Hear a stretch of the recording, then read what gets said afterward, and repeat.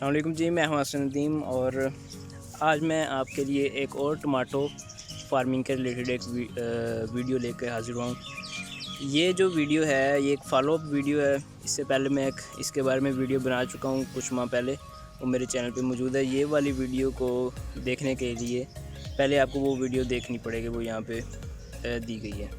उस वक्त जब वीडियो बनाई थी तो ये जो आप मेरे बैक साइड पे टमाटो लगे देख रहे हैं, ये अभी लगाए थे, छोटे छोटे थे। तो उस वक्त हमने इसकी जो डिटेल्स थी वो डिस्कस की थी।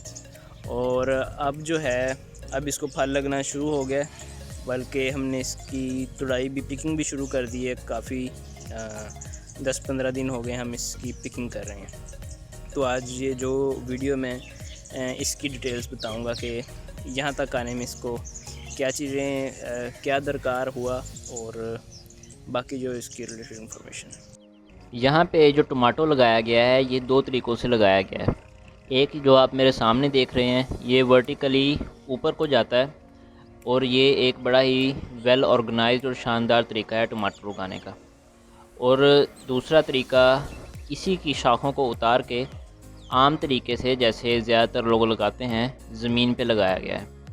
उसके कुछ नुकसानात हैं जो मैं पहले एक अलग से वीडियो में बता चुका हूँ। इस मरहले में इसका जो ऊपर वाला प्लास्टिक है वो उतार दिया गया है क्योंकि सर्दियां ख़त्म हो रही हैं और गर्मियों का आगाज़ है। इसी के साथ साथ इसकी काट छांट भी जारी है। जैसा कि आप देख सकते हैं ये कुछ इसकी पत्ते और जो फालतू जो शाखें हैं वो उतारी गई हैं। इसमें होता ये है कि सिर्फ़ एक शाख रखी जाती है जो इस रस्सी के इर्द गिर्द ऊपर तक जाती है, बाकी सब कुछ उतार दिया जाता है। इसके पत्ते जो होते हैं उसमें इसकी खुराक स्टोर होती है, तो जब वो अपने मुतल्लिका गुच्छे को, क्लस्टर को खुराक दे देता है और गुच्छे का साइज़ इस काबिल हो जाता है कि वो पकना शुरू हो जाए, तो उसका काम कोई नहीं रहता, तो उसको काट दिया जाता है ताकि जितनी भी ज़मीन से खुराक हासिल हो वो ऊपर वाले पोर्शन के लिए जाए, ना कि नीचे ज़ाया होती रहे। इस एक मेन शाख को रखने का ये फ़ायदा होता है कि जो सारा फोकस होता है वो फल पे होता है। वो जो भी इस शाख के साथ फल होता है वो ज़्यादा सेहतमंद होता है। और इस मेन शाख को आप एक रस्सी के ज़रिए 12 फीट तक या 14 फीट तक लेके जा सकते हैं।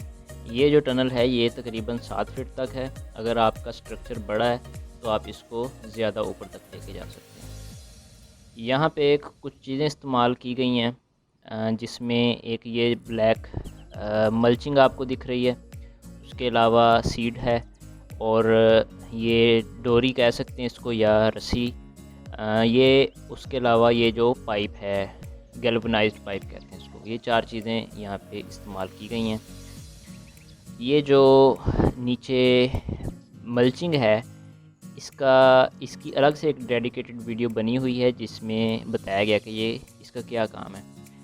तो यहाँ पे ये जैसे ही अब गर्मी बढ़ेगी तो ये इसका पानी को प्रिज़र्व करेगी, इसकी जड़ के करीब इसकी नमी को बरकरार रखेगी। ये जो रस्सी है आपकी इतनी मज़बूत होनी चाहिए कि आपके फल का वज़न बर्दाश्त कर सके, क्योंकि ये हाइब्रिड सीड हैं, इसको फल बहुत ज़्यादा लगता है। तकरीबन एक पौधे को 40 किलो तक फल लग सकता है अगर आप इसको अब इसकी फुल हाइट तक लेके जाते हैं।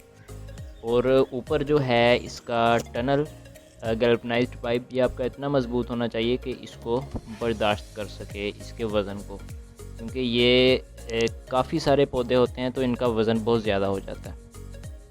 तो ये जो मल्च है इसका एक और फ़ायदा भी है कि ये जो नीचे जड़ी बूटियाँ उगती हैं उसको दबाए रखता है। उसके अलावा इसको जगह जगह पे बांस के पिलर लगा के सपोर्ट दी गई है ताकि तूफ़ान वगैरह में ये नीचे ना गिर जाए, ज़्यादा वज़न होने की वजह से और ज़्यादा विंड वेलोसिटी की वजह से।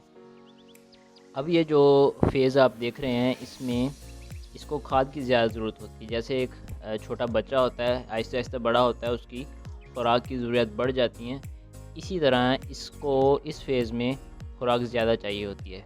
तो अगर आपके पास ड्रिप इरिगेशन सिस्टम है तो आप इसको रोज़ाना की बुनियाद पे इसकी जो रिक्वायर्ड फर्टिलाइज़र है वो दे सकते हैं, या अगर आपके पास नहीं है तो इस तरह इसकी जो ये नाले बने हुए हैं इसमें इसको खाद दे सकते हैं। जैसे जैसे ये इसको ज़्यादा फल लगता जाएगा इसकी खाद की मिकदार बढ़ा दी जाएगी। यहाँ पे जो प्लांट्स हैं इनका आपस में कम से कम फासला 2 फीट तक होना चाहिए या इससे ज़्यादा। इसका फ़ायदा ये है कि ये जो फल है ये अच्छे तरीके से लगेगा और ये आपस में उलझेंगे नहीं, और जब आप इसकी पिकिंग करने लगेंगे तो ये आसानी से आप इसके अंदर चल फिर सकेंगे। और इसी तरह इसका रो टू रो फासला भी तकरीबन 3-3.5 फीट होना चाहिए, ताकि आप आसानी से उसके अंदर चलकर और पिकिंग करके उसको अपने बैग्स में या अपने टोकरियों में उसको भर सकें। यहाँ पे जो सबसे इंटरेस्टिंग चीज़ देखने में मिल रही है वो ये है कि हर स्टेज पे एक नया रंग है। अगर आप बिल्कुल नीचे देखें तो फल पक रहा है, उससे थोड़ा सा ऊपर आएँ तो भी फल कच्चा है, उससे थोड़ा सा और ऊपर जाएं तो जो फल का साइज़ है वो छोटा है, उससे बिल्कुल ऊपर चले जाएं तो फूल निकल रहे हैं और उनकी पोलिनेशन हो रही है, उससे ऊपर जाएं तो नई कॉम्प्लें निकल रही हैं। तो ये एक पूरा एक साइकिल है नीचे से लेकर ऊपर तक। आप नीचे वाली पिकिंग करते हैं तो ऊपर वाला उतनी देर में तैयार हो जाता है, ऊपर वाला जब आप पिक कर लेते हैं तो उससे ऊपर वाला तैयार हो जाता है। तो इसी तरह ये 2 माह तक ये आपका साइकिल चलता रहेगा, उससे ज़्यादा भी चल सकता है अगर गर्मी बहुत ज़्यादा शदीद ना हो तो। यहाँ पे जब बहुत ज़्यादा लू चलती है तो ये झुलसना शुरू हो जाता है, तो उस वक्त ये आहिस्ता आहिस्ता ख़त्म होना शुरू हो जाता है। अब इस फेज़ में इसकी पिकिंग जारी है।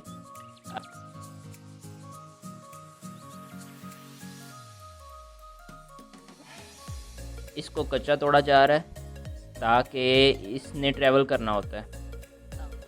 ये आज टूट रहा है तो आज की रात ये मंडी में जाएगा, मंडी में एक दिन रुकेगा, उसके बाद जो भी ठेले वाले या सब्ज़ी वाले इसको लेके जाएंगे वो 1-2 दिन रखेंगे या उनका पड़ा रहेगा। तो इसलिए इसको थोड़ा कच्चा तोड़ा जा रहा है कि इस प्रोसेस के दरमियान ये ख़ुद ब खुद पक जाएगा।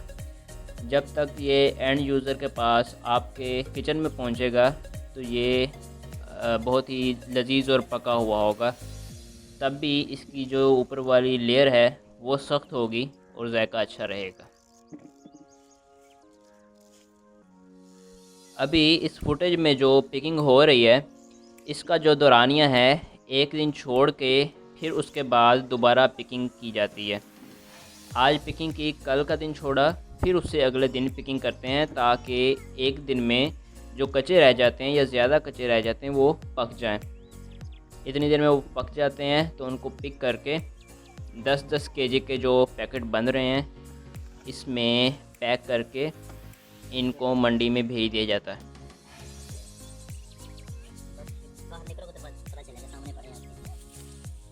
अब जैसा कि आप सब लोगों को पता है कि इस साल ग्लोबल पेंडेमिक की वजह से, कोविड-19 की वजह से जैसे दूसरे बिजनेसेस मुतासिर हुए हैं, इसी तरह एग्रीकल्चर को भी काफ़ी नुकसान हुआ है। इस दफ़ा जो इसका रेट था पर 10 केजी या पर पैकेट 150 से 200 रुपीज़ के दरमियान रहा। तो इसकी जो प्रोडक्शन साइड से प्रोडक्शन ज़्यादा होती है तो आपका बैलेंस हो जाता है, क्योंकि ये अर्ली था इसका रेट अच्छा मिल गया। जैसे आम लोगों ने लगाया उसका रेट इतना ज़्यादा कम था कि ना होने के बराबर था, उसमें लोगों की ट्रांसपोर्टेशन कास्ट भी पूरी नहीं हुई। तो जिस तरह पोल्ट्री फार्म्स को इस नुकसान हुआ है इसी तरह इस टमाटो को भी नुकसान हुआ, उनको ये डंप करना पड़े, उनकी कास्ट ही नहीं पूरी हो रही ताकि वो उनको मंडी में ले जा सकें।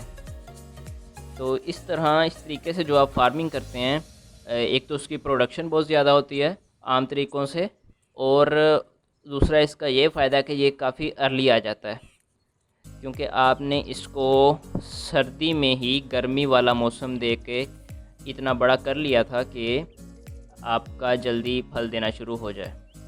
जिस वक्त मार्केट में इसकी किल्लत होती है ये दस्तयाब नहीं होता, तो उस वजह से इसका रेट आपको अच्छा मिल जाता है।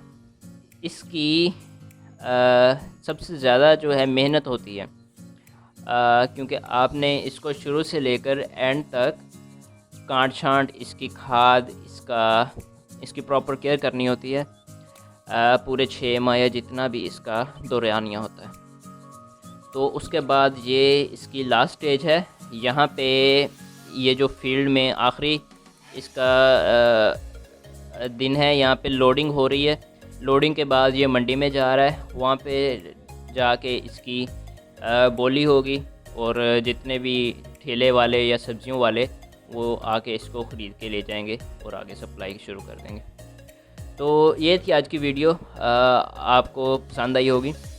तो अगर आपको पसंद आई है तो चैनल को सब्सक्राइब करें, दोस्तों के साथ शेयर करें जिनको इस चीज़ के बारे में मालूमात की ज़रूरत है। तो अगर आपको किसी चीज़ के बारे में इंफॉर्मेशन लेनी है तो कमेंट में आप पूछ सकते हैं, इंशाल्लाह मैं रिप्लाई करूँगा आपका। मिलते हैं इस तरह की अगली वीडियो में, तब तक के लिए अल्लाह हाफ़िज़।